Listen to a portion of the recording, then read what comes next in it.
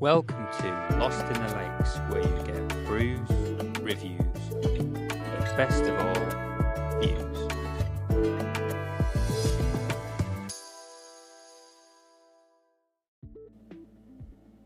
Hello there, and welcome to Lost in the Lakes review time. This time we've got a Arc'teryx Proton LT hoodie.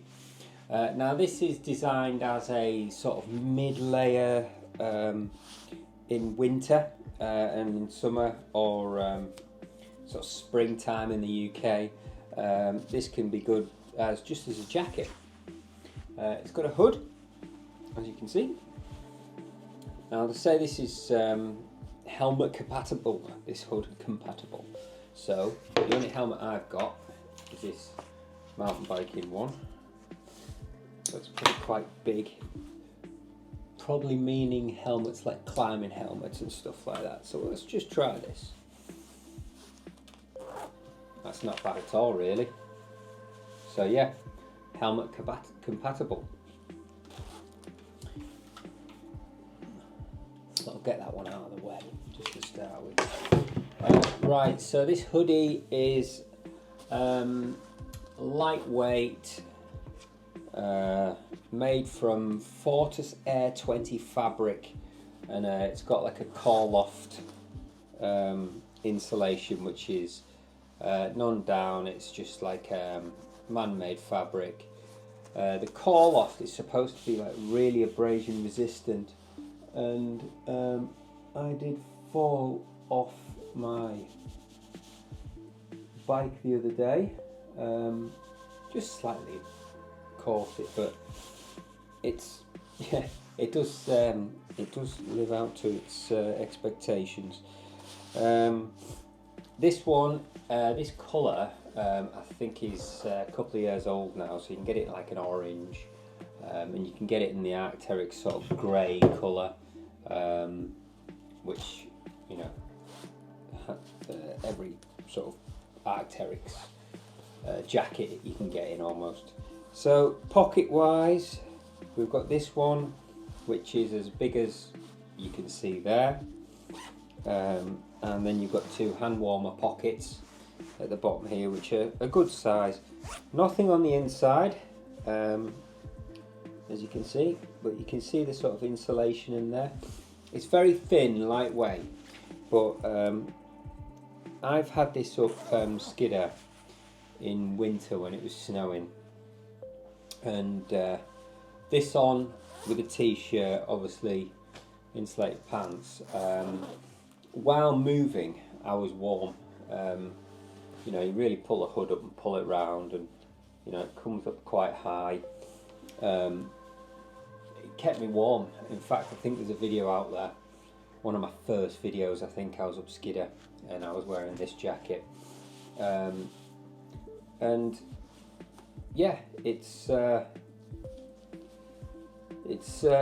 quite warm for what it is. And then, you know, if you have this as a mid layer and then have an insulated t-shirt underneath, or you know, like a down bottom layer, you can keep warm quite good, quite well. So the zip's got this strange sort of feeling about it at the top. It's designed to actually, can you see it actually catch there and there and there?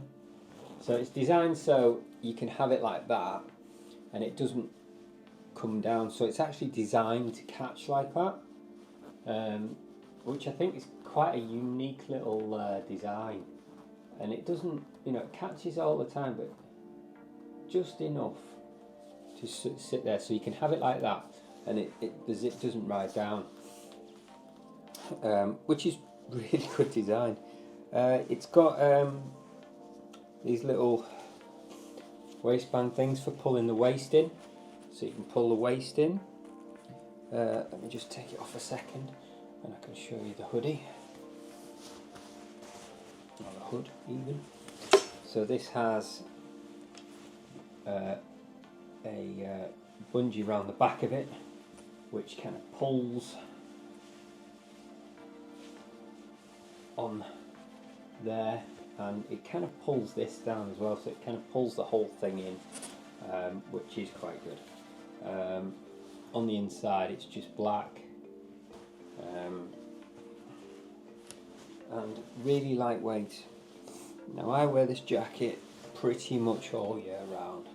Obviously when it's summer and hot you don't want to be wearing it. I take it with me if I go camping at night. You can just wear it at night and sit around, and it keeps you warm enough. So the other jacket that Arc'teryx does that's very similar to this is Atom. Now the Atom has a slightly more waterproof. I mean this does have a DWR, but it's not as waterproof as the Atom. But what you do get with this is breathability, and the whole.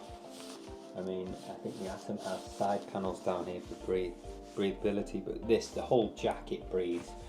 So this is the sort of, not party trick, but the advantage of this jacket over the Atom. It's more breathable, so it's better used for a mid layer, so it lets it all breathe. So some pros and cons with this jacket: exceptional breathability and warmth balance.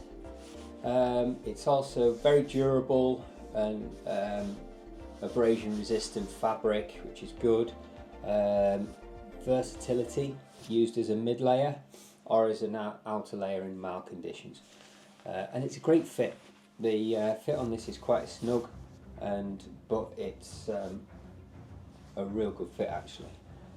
Cons: not fully waterproof. It'd be nice if it was, but then you'd lose the breathability, and obviously the price point. These jackets retail at £240. You can pick up deals, get ones from last year.